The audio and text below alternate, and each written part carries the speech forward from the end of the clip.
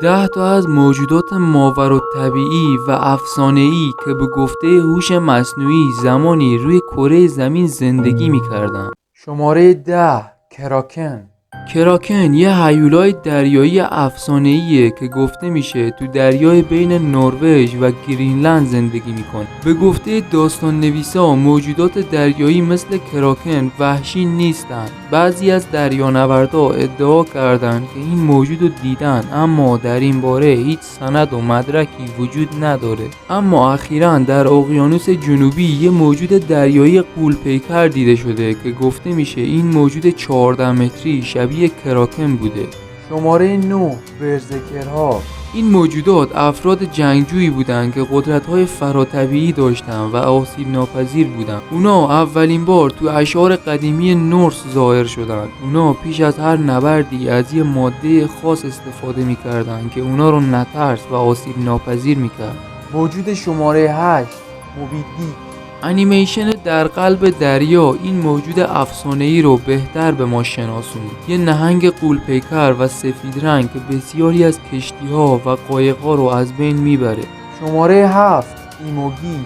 ایموگی موجودیه که در افسانه‌های کره‌ای از اون نام برده شده. یه مار پیتون عظیم الجثه که گفته میشه از اژدها فقط یکم کوچکتره. گفته شده که ایموگی تو غارها زندگی میکرده و هزاران سال برای تبدیل شدن به اژدهای کامل زمان نیاز داشته. اخیراً در آمریکای جنوبی اسکلت یک پیتون عظیم الجثه یافت شده که به توصیف‌های ایموگی شباهت داره. این گونه که تیتانوبوان نام داره طول 14 متری و وزن بیشتر از 1 تن داره. شماره 6، هابیت‌ها. کاوش‌ها و یافته‌های اخیر تو غارهای اندونزی درباره هابیت‌ها نظریه‌های ارائه داده. اخیراً طی یک کاوش تو جزیره فلورس اندونزی اسکلت 91 سانتی متری پیدا شده که جمجمه اون 1/3 جمجمه انسانه. آزمایشات کربنی این اسکلت رو به 12,000 سال پیش متعلق کرده. شماره 5، آمازونی‌ها. همه ما درباره زنان آمازون چیزهایی شنیدیم. در اساطیر یونان گفته شده که زنان آمازون در مقابل هرکول قرار می‌گرفتند. یافته‌هایی در اوراسیا نشون داد که بقایای زنان آمازون در تپه‌های اوراسیا دارای کوفتگی‌هایی هستند که تو میدان نبرد ایجاد شده. اونا همچنین با سلاح‌های خودشون به خاک سپرده شدند.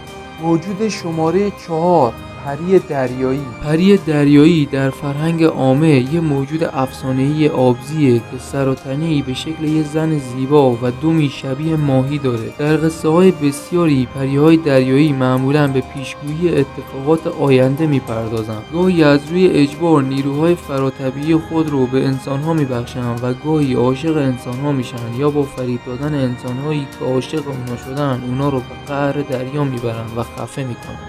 شماره 3، سیاگالش. یکی از موجودات افسانه‌ای ایران گوش یا گئوشورون نام داره.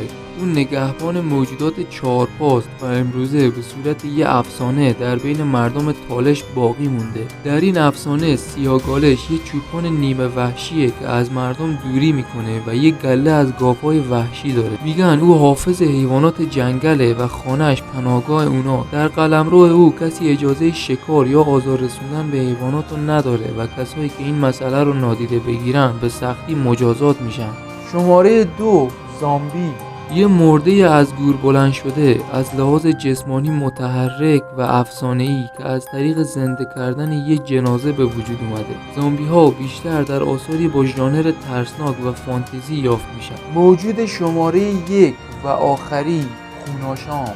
خوناشام در افسانه‌ها و فرهنگ مردم اروپا و آسیا یه موجود زنده است که اکثرا از خون انسان‌ها تغذیه می‌کنند. در این داستان‌ها خوناشام‌ها دندون‌های نیش بلندی دارند که با اونا از گردن زنده‌ها خون می‌مکن.